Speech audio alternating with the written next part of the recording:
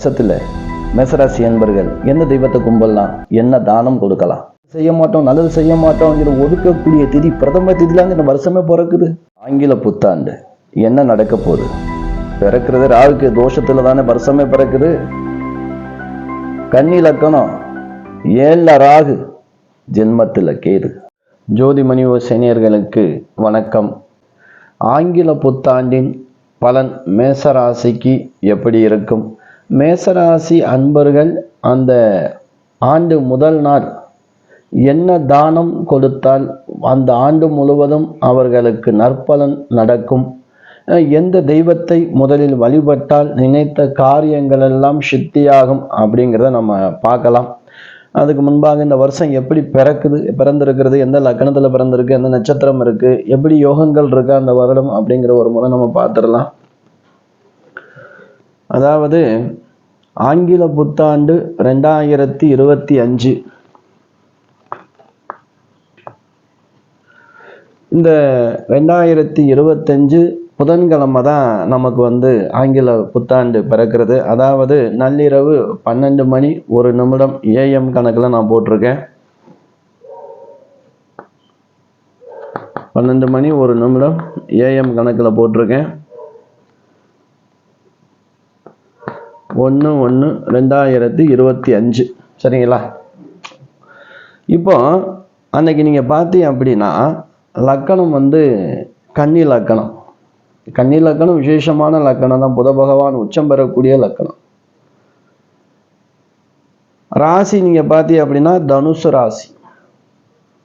தனுசு ராசியில பூராட நட்சத்திரத்துல தான் இந்த ஆங்கில புத்தாண்டு வருஷம் பிறக்கிறது.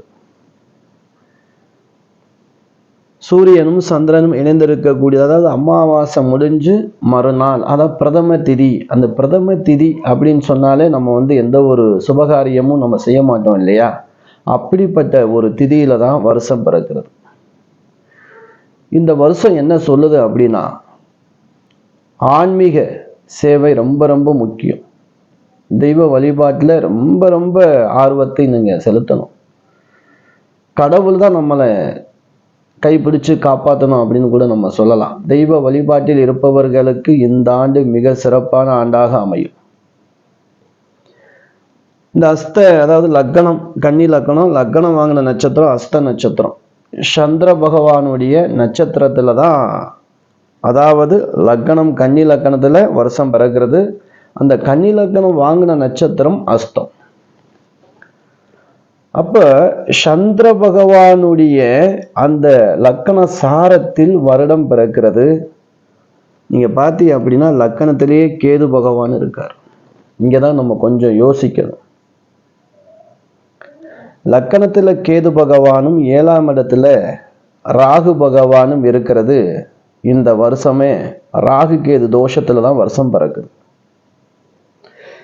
சரி, இந்த வருஷம் ஓரளவுக்கு சிறப்பாக இருக்கும் அப்படிதான் நம்ம சொல்லலாம்.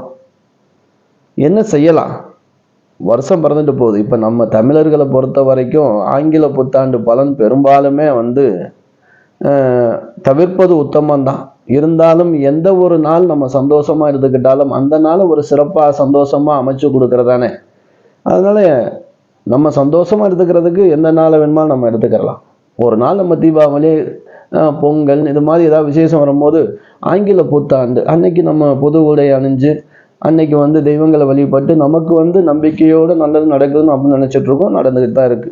ஆனால் தமிழ் புத்தாண்டுடைய பலன் தான் நம்மளுடைய தமிழர்களுக்கு சரியாக அமையும். அதை நான் இதில் தெரியப்படுத்திக்கிறேன். இது மக்களுடைய சந்தோஷத்திற்காக நம்ம அன்னைக்கு உள்ள கிரக நிலையை வச்சு ஒரு பலன் சொல்றோம். அந்த பலன்படி பார்த்தாலே ராகு கேது தோஷத்துல இந்த ஆங்கில புத்தாண்டு பிறக்கிறது. இரவு நேரங்கள்ல, அதாவது ஆங்கில புத்தாண்டு அன்னைக்கும் இரவு நேரங்கள்ல வாகனங்களை சிலர்கள் பைக்ல அதிகமான தூரங்கள் போறதெல்லாம் தவிர்த்துக்கணுங்க, வேணாம். ஏன்னா பிறக்கிற வருஷம் பிரதம திதியில பிறக்குது, ராகு கேது தோஷத்துல பிறக்குது. அதனால வண்டி வாகனங்கள்ல தூரத்து பயணம் போகிறதா நீங்கள் காரில் போகலாம், இல்லை பஸ்ஸில் கூட ட்ரெயினில் கூட போகலாம். பைக்கில் அவசரமாக இப்போ பசங்கள்லாம் 12 மணி 11 மணிக்கெலாம் பைக்கில் பறக்கிறத நம்ம பார்க்க முடியுது. அதெல்லாம் வேணாம், கொஞ்சம் தவிர்ப்பது உத்தமம். சனி சுக்கிரன் சேர்க்கை. இந்த ஆண்டு கணவன் மனைவி கருத்து வேறுபாடுகள் இல்லாமல் அவங்களுடைய வாக்கு ஸ்தானத்தில் பலமாக இருக்கணும். 2 பேருடைய வாழ்க்கையும் சிறப்பாக இருக்கணும் அப்படின்னா அவங்கவுங்க கையில் தான் இருக்கு. தேவையில்லாத வார்த்தைகளை பேசி அதை பிரச்சனைக்குள் ஒரு கஷ்டத்தை ஏற்படுத்தக்கூடிய கிரகநிலை இருக்கிறது. அதனால கொஞ்சம் ஞாபகத்தில் வச்சுக்கிறோங்க. கல்யாணமானவங்க கொஞ்சம் விட்டு கொடுத்து போகக்கூடிய மனப்பான்மையை உருவாக்கிக்கிறங்க. கோபத்தை தவிர்த்து கொள்வது உத்தமம். மேசராசி அன்பர்களுக்கு நம்ம நேரம் வந்துடலாம். ஏன்னா நமக்கு நாள் கம்மியாக தானே இருக்கு இல்லையா? அதனால நம்ம ஒரு 12 ராசிக்கும் நம்ம கண்டிப்பாக பலன் சொல்லணும். மேசராசி அன்பர்களை பொறுத்த வரைக்கும் உங்களுடைய ராசிக்கு 2ஆம் இடத்துல குரு பகவான் இருக்கார். நம்ம ஒரு வருஷம் பிறக்கிறத லக்கணத்தை வச்சே நம்ம பலன் சொல்ல போகிறோம். சரிங்களா? ராசியை வச்சு நம்ம சொல்ல போகிறது இல்லை, லக்கணத்தை வச்சு தான் நம்ம சொல்ல போகிறோம். மேச ராசிக்கு 1 2 3 4 5 6 6ஆம் இடத்திலே லக்கணம் விழுகிறது. அங்கே கேது இருப்பதால் மேசராசி அன்பர்களுக்கு சிறப்பாக அமையும். முதல்ல நீங்கள் வழிபடக்கூடிய தெய்வம் சொல்ல போனால் விநாயகப் பெருமான். விநாயகப் பெருமானுக்கு முடிஞ்ச வரைக்கும் ஒரு பால் அபிஷேகமாவது பண்ணுங்க. இல்லை அப்படின்னா அன்னைக்கு விசேஷமான நாள் இல்லையா, கோவில்களில் சந்தன காப்பு அலங்காரங்கள் ஏதேனும் பூ மாலையாவது வாங்கி கொடுத்து அன்னைக்கு விநாயகப் பெருமான் ஒரு அலங்கார கோலத்தில் இருக்கிற மாதிரி மேசராசி அன்பர்களே உங்களுடைய கைங்கரியத்தை நீங்கள் செஞ்சுக்கலாம். அந்த அளவுக்கு வசதி இல்லை அப்படின்னாலும் ஒரு சூர தேங்காய் வாங்கியாவது அன்னைக்கு உடங்கிய நம்மளுடைய பிடிச்ச கிரக நிலைகள்லாம் கெட்டதெல்லாம் ஒளியட்டும், நல்லது நடக்கட்டும் அப்படின்னு சொல்லி மேசராசி அன்பர்கள் ஒரு தேங்காயாவது சூறக்காய் உடைங்க. முதல்ல விநாயகப் பெருமான் வழிபாடு கண்டிப்பாக எல்லோருக்கும் அவசியம். ஆனால் மேசராசிக்கு விநாயகப் பெருமானுடைய வழிபாடு கொடுத்துருக்கிறது. 2ஆவதாக நம்ம சொல்ல போனோம் அப்படின்னா தலை மீது அதாவது சிரசு மீது சர்ப்பம் வைத்திருக்கக்கூடிய அம்மன், நாகாத்தம்மனாக இருக்கலாம், பிரித்திங்கிராவாக இருக்கலாம், அங்காள பரமேஸ்வரியாக இருக்கலாம்.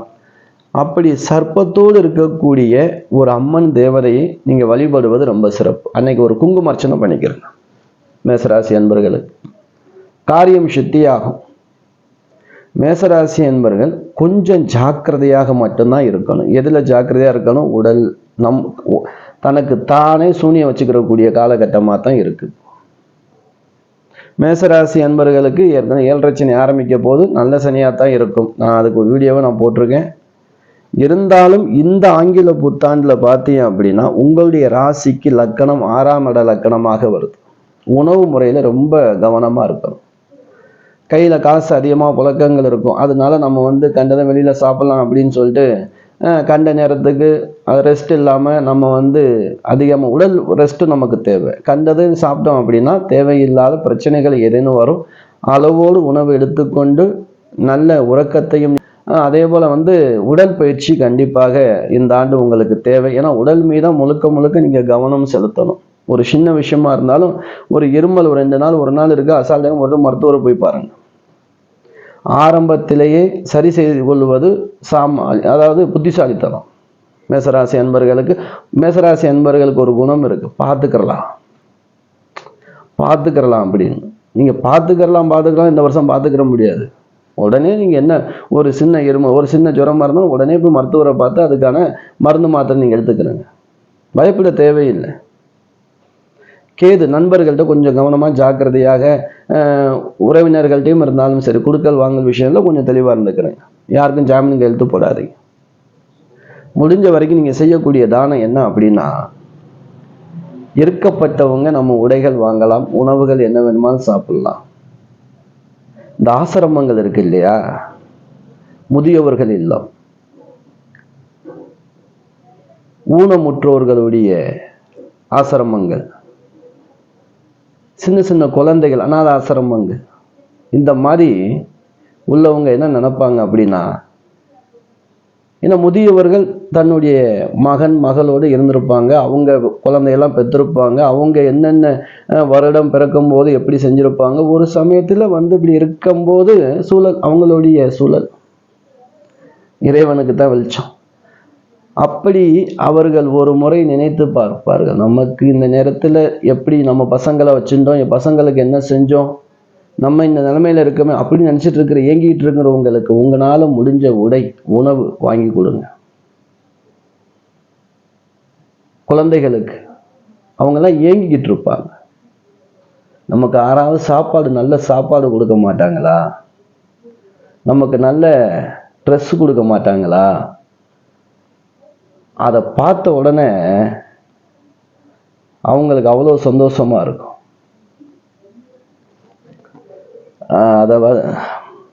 சந்தோஷமா இருக்கும். அதை கண்டிப்பா செய்யுங்க. கண்டிப்பா இந்த மாதிரி ஒரு நல்ல விஷயம் செய்யறது அதை பத்தி பேசினாலே எனக்கு கண் கலங்குது. ஏன்னா அந்த பாசம், அவங்களுடைய ஏக்கம், அதை நிறைவு செய்யும் போது நமக்கு கிடைக்கக்கூடிய சந்தோஷம் இருக்கு இல்லையா? எனக்கு அவ்வளோ வசதி இல்லைங்க பெருசாலாம். நான் போய் ரொம்ப போய் சொல்லி விட்டுருக்கேன். என்னோட ஜாதகம் பார்க்க வருவாங்க இல்லையா? நான் பெரும்பாலும் பாருங்க என்னுடைய வீடியோவில் இதை அதிகமாக சொல்லுவேன். இது மாதிரி தானம் கொடுங்க, ஆசிரமங்களை பார்த்து, இல்லாத ஆசிரமங்களை பார்த்து தர்மம் பண்ணுங்க. அப்படி நம்மளால செய்ய முடியல, நம்மளுக்கு இந்த ஒரு பிராப்தம் கடவுள் கொடுத்துருக்கான், ஜோசியம் பார்க்குறது, இது யாராவது வருவாங்க, அவங்களுக்கு சொல்லுவோமே. ஒரு 10 பேர்ல செய்கிற ஆள் ஒருத்தராவது இருக்க மாட்டாங்களா? நம்ம சொல்லி அந்த வழியை காட்டி அவங்க செய்யும் போது யாருக்காவது அந்த நல்ல பலன் சேரும் இல்லையா? அந்த ஒரு நல்ல எண்ணத்துல தான் நான் சொல்லிக்கிட்டு இருக்கேன். எனக்கும் கடவுள் அந்த வாய்ப்பை கொடுப்பான் கண்டிப்பாக. எனக்கு இதுவே போதுமான விஷயம்தான். நான் சொல்லி செய்கிறாங்க, ரொம்ப பேர் செஞ்சுட்டு என்கிட்ட சொல்கிறாங்க, நான் இது மாதிரி சாப்பாடு கொடுத்தோம் சாமி, நீங்கள் சொல்லி இது மாதிரி நாங்கள் உலை கொடுத்தோம், எங்களுக்கு ரொம்ப சந்தோஷமா இருந்துச்சு அப்படின்னா, அது எனக்கு அதுவே பெரிய சந்தோஷம். பணம் என்னங்க, வாழ்க்கையில நிம்மதி வேணும். இதை செய்யறதுக்கே கடவுளுடைய அனுக்கிரகம் வேணும். மேசராசி அன்பர்கள், இதை நீங்க செஞ்சாலே போதுமான ஒரு விஷயம், நல்ல விஷயம் நடக்கும். காலம் உங்கள் பக்கத்தில் நின்று உங்களுக்கு நல்ல பலனை கொடுக்கும். நீங்க வணங்குற தெய்வமும் நீங்க செஞ்ச தர்மமும் உங்களுக்கு மட்டுமல்ல, உங்கள் தலைமுறைக்கும் அது இருந்து துணையாக இருந்து என்ன வேணுமோ அதை செஞ்சுக்கிட்டே இருக்கும். முன்னோர்கள் செய்த புண்ணியம்தான் இன்னைக்கு சிலரை வாழ வச்சுட்டு இருக்கு. கடவுளை கும்பிட மாட்டாங்க, நல்லா இருப்பாங்க. அவங்க மூதாரிகள் செஞ்ச புண்ணியம் தர்மம், பசியோடு இருக்கிற ஒருத்தங்க சாப்பாடு கொடுத்துருப்பாங்க, அதை அவனை பல தலைமுறைக்கு காப்பாற்றும். இப்படி பசியோடு இயக்கத்தோடு இருக்கக்கூடிய, நான் சொன்னது போல அந்த ஆசிரமங்களை தேடி கண்டிப்பாக நீங்க ஒரு முறையை செஞ்சு பாருங்க. இது பரிகாரத்துக்கு மட்டும் இல்லைங்க, உங்க பிறந்த நாள், ஒரு கல்யாண நாள், இப்படி வரும்போது கூட நீங்க செய்யுங்க. கடனா இருந்தாலும் நீங்க செஞ்சு பாருங்க. அன்னைக்கு கொடுக்குற சந்தோஷம், ஒவ்வொரு நாளும் நீங்க தூங்கும் போது, சாப்பிடும் போது, அதை யோசிக்கும் போது உங்களுக்கு ஆனந்த சந்தோஷம் கொடுக்கும். கோடி ரூபாய் கொடுத்தா கூட அந்த சந்தோஷம் வராது. அதனால் மேசராசி அன்பர்களை பொறுத்த வரைக்கும் நல்ல விஷயம் தேடி வரும். இந்த ஆண்டு ஆங்கில புத்தாண்டு மட்டுமல்ல, வரக்கூடிய ஆண்டுகளும் சனிப்பெயர்ச்சி மற்றும் தமிழ் வருடப்பிறப்பும் உங்களுக்கு சிறப்பாக அமையும். நம்ம தமிழ் வருடப்பிறப்புக்கு ஒரு தனியாக ஒரு பலன் கொடுப்போம். மேசராசி அன்பர்கள் இந்த வழிபாடுகளை நீங்கள் செஞ்சுக்கிறலாம். இந்த வீடியோ பிடிச்சிருந்துச்சு அப்படின்னா ஷேர் பண்ணுங்கள், லைக் பண்ணுங்கள். அப்படியே நம்ம சேனலை புதுசாக பார்க்குறவங்க அப்படியே சப்ஸ்கிரைப் பண்ணிக்கிறேங்க. அடுத்து ஒரு நல்ல வீடியோவில் சந்திக்கும் வரை நான் உங்கள் ஈஸ்வரன் சிதாராம ஜோதிடர். நன்றி, வணக்கம்.